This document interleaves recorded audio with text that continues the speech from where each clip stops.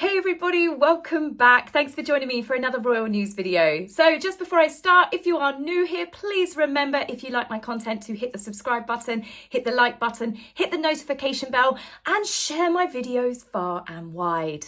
So Sunday was Father's Day. It's always a day for mixed emotions with me because I, like many of you, my father is no longer here. He's been gone for about 12 years now, but I've been very blessed because I have two dads and I went round and saw my stepfather. So I hope all of you, what you did on Father's Day or Stepfather's Day, you all had a lovely time. Now, as for Father's Day and Father's Day cards, we had a beautiful photograph that was shared on social media because they're not using the media anymore. And I honestly, kudos to them after the treatment that the Princess of Wales had over that photograph on Mother's Day. I'm still personally very blessed that they still want to share their family photographs, especially intimate family photographs like this, with the world. But they know that it wasn't generally the public that caused that much outrage. So they've shared this wonderful photograph of Prince William looking out at the sea with the three children. Charlotte, as you can tell, is definitely a daddy's girl, but it was beautiful. And what makes it all the more special is it was captured by the Princess of Wales. Now, it wasn't just the photograph that was particularly special. It was actually the first post, I believe, from their children, the kiddies, as Catherine calls them. And the message said, "We love you, Papa. Happy Father's Day. Love, G, C and L, George, Charlotte and Louis." I mean, that is pretty extra special. As I said, I think it's wonderful that they shared that with the public as well. I think there must have been an incredible amount of money that has now been lost to these agencies, I suppose the media themselves, because they only get access to the photograph now off of Prince William and Catherine's social media accounts, which means they can't print the photographs until the next day. And by then, well, we've shared them far and wide across social media. As I said, they definitely messed up with the way that they harassed and targeted Catherine. Prince William is the lion protecting his lioness, and Catherine is the lioness who will protect her cubs. They are a strong family, they are a beautiful family, and Prince William is not going to be a pushover at all, especially when it comes to the media. He's taken so much more of a strong controlling aspect of it, whereas Harry has bitched, whined and moaned about it. There are ways that you could have handled it tactfully, such as the way Prince William has, and then you've got Harry that is just on this constant victim narrative, as we know. Now, as for Prince William, he posted his very own Father's Day tribute to the King, and it was a gorgeous photograph, and gorgeous, he was adorable. Look how cute Prince William was. This was before Prince Harry was born, and I can only imagine that Harry's currently on the phone to his therapist complaining, they're just trying to cut me out of existence. No, it's Prince William sharing Father's Day with his father, and the fact is that the world does not revolve around Prince Harry, despite what he seems to think. Now, that being said, Charles is obviously Harry's father. No, I do not believe any of those rumours. He looks far too much like his father, King Charles, and also there is definitely Prince Philip in him. He's also definitely Spencer, because this photograph, at first glance, I thought it was Harry, and I was like, no, that doesn't make sense. So he has definitely got a different side of the genes. Whereas when you look at, say, Charlotte, she's all Windsor, much like Prince William was all Windsor. It's just the way genetics work. I think the brothers do look completely different. Diana is definitely strong in Prince William, and I can imagine that causes a lot of resentment to her youngest son. But as for Harry, he's a father himself, although he wouldn't really know it, because strangely enough, there wasn't a single mention on Father's Day. No tributes to his own father, but of course, that's not to be expected anyway. But the fact that Meghan didn't take up an opportunity to write a really gushing post on Archewell or Sussex.com, their other website. It was completely radio silent. Now, this is definitely adding on to a lot of rumours that are circulating. I'd say here this is just rumours, but they seem to be getting somewhat louder. And this is all to do with the love story, the greatest love story ever told, obviously next to Bennifer, of course, because that's the next greatest love story. But it would seem that not all is well. There's been a lot of blinds that have come out to say that the couple are fighting, that they're both staying at different hotels. We've had photographs over the past year of Meghan. She was at the Beverly Hills Hotel.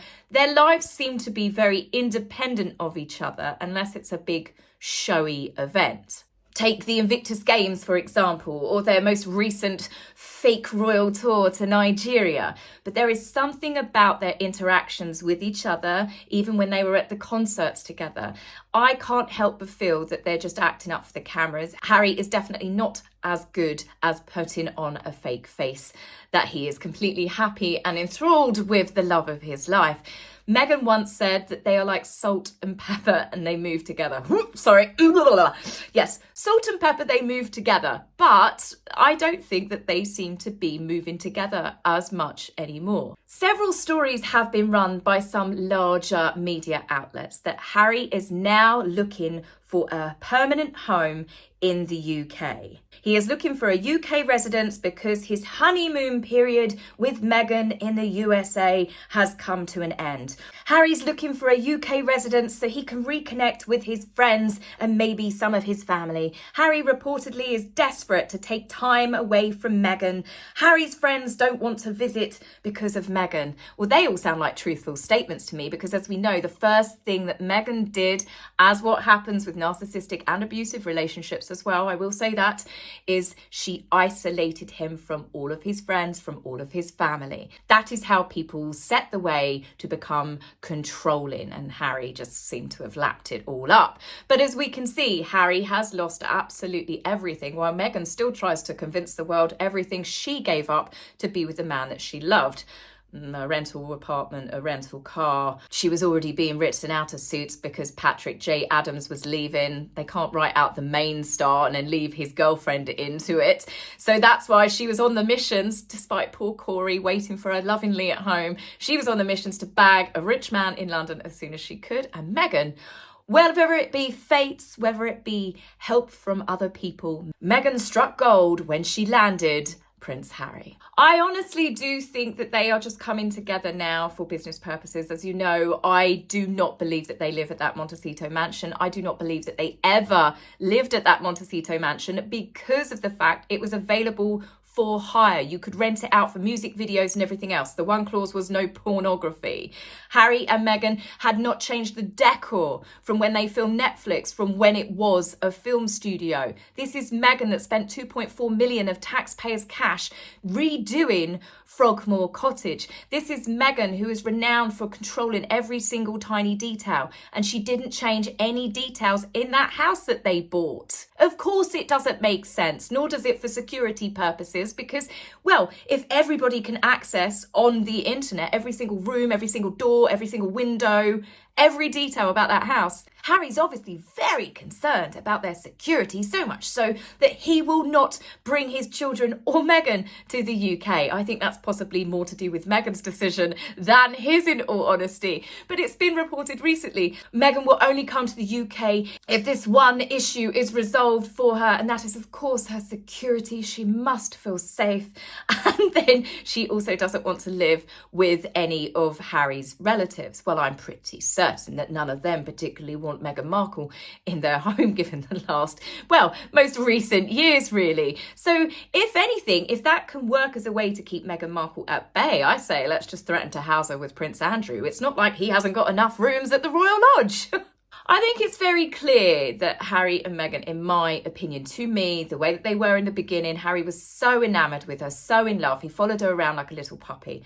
I think that that magic has gone, and I think he's now in a sticky situation where he is stuck. He's clearly not happy. He looks like he's had his soul sucked out of him. He's a very unhappy man, and I cannot believe that two people can be that bitter and angry and this constant victim narrative all the time about everybody and everything in their life, and then be perfectly happy with each other. Now, don't get me wrong, I do not wish divorce on this couple. I think that they're very well suited in many ways. They do have children. It would be incredibly messy. I also, for that reason, I don't want Harry and Meghan to break up, believe it or not, because I don't think that I could honestly handle the tit for war games that would happen.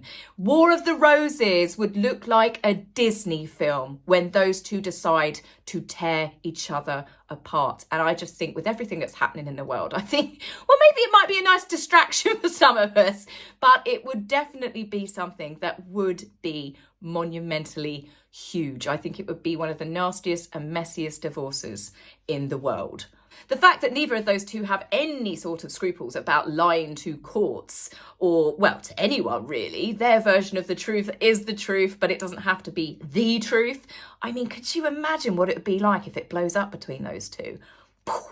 And not only that, we know how vicious and evil the Sussex squad are. This is not all of them. I will say this. There are nice members of the Sussex squad that just genuinely fangirl over Meghan and Harry. But unfortunately, there are a lot of them that are absolutely disgusting into levels that I can't even talk about because it just makes me want to physically be sick. They really are the scourge of the earth. But if Harry thinks if Meghan dumps him, that he's going to have them support him, well, he's in for a rude awakening. And I think if Meghan does turn on him, then Harry, for the second time of his life, will probably need to hide in a bunker.